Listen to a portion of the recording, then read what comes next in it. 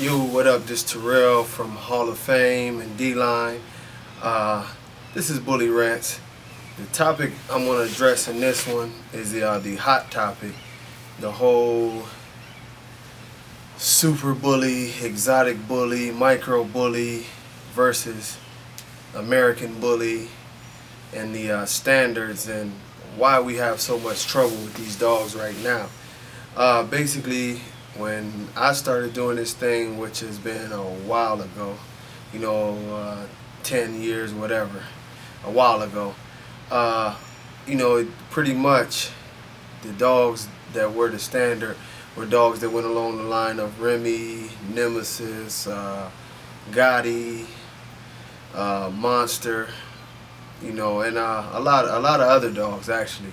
Some gray line dogs. You had a long line of them, and I'm not going to say that that's where it began, because there were bullies before Razor's Edge, and there definitely were bullies before Gotti line, and pretty much we all knew what the bully was. It was a pit bull looking dog that was just super muscled up, wider, just more muscle. A lot of people used to describe them as pit bulls on steroids.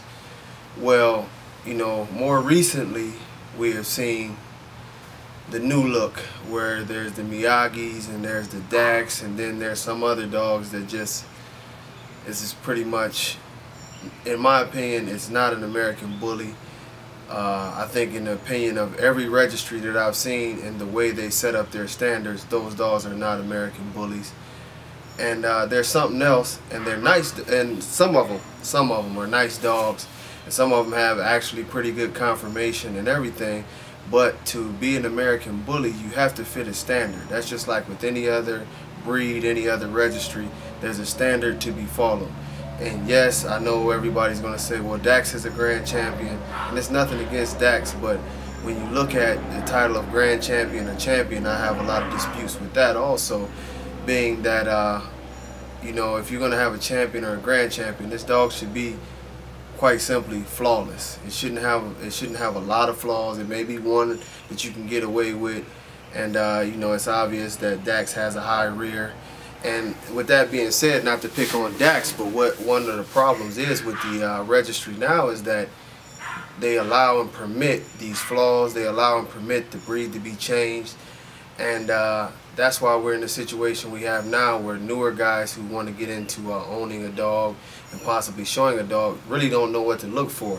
So the best advice is to start looking at the real standards, and lately I've been participating with the BBCR and the UBKC, and they both follow the standard correctly. You will not have high rears, you will not have bad bites, you will not have easty-westy, bad elbows. They're just not permitting that, and that's for good reason, because it follows a good standard, not only to preserve the true American bully and what it was known to be when it started, but at the same time to promote good health, because all of those flaws do affect the dog in a negative manner. Now as far as going into the bulldog in these dogs, it's quite simple. A lot of people want to go off into, this dog's not a bulldog, dog's not a bulldog. The name of the original dogs was pit bulls. If any of these guys weren't just on Facebook talking, they would know that the pit bull is a bulldog.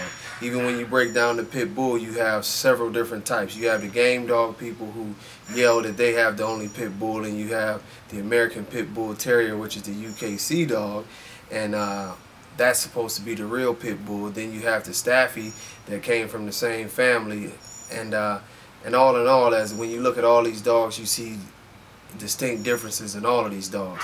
Now, Genetics 101 will tell you, if a dog is introduced and you breed back to that trait, it is possible that you come up with more of that dog than the other dog, even though now, once the standard is set, it's considered a full breed dog. So was it possible to have bullies without mixing in other breeds? Yes, because the foundation of a pit bull is a bulldog. Now, has there been mixing? Of course.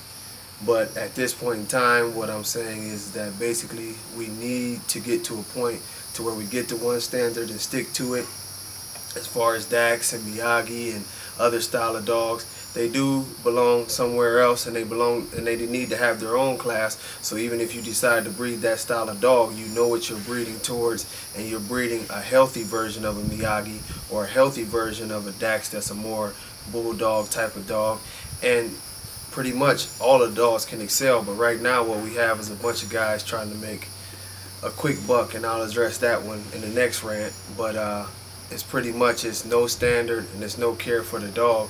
And regardless of what you say, if you're just willing to throw anything out there just to try to get you a couple $1,000s here and there, it's dog abuse. It's really no better than dog fighting, in my opinion, because most of these dogs end up dead by needle anyway, because they end up being rejects, or they live a painful life and they disappoint you and you can't get 5,000 in studs, so now they'll end up somewhere pretty much dead.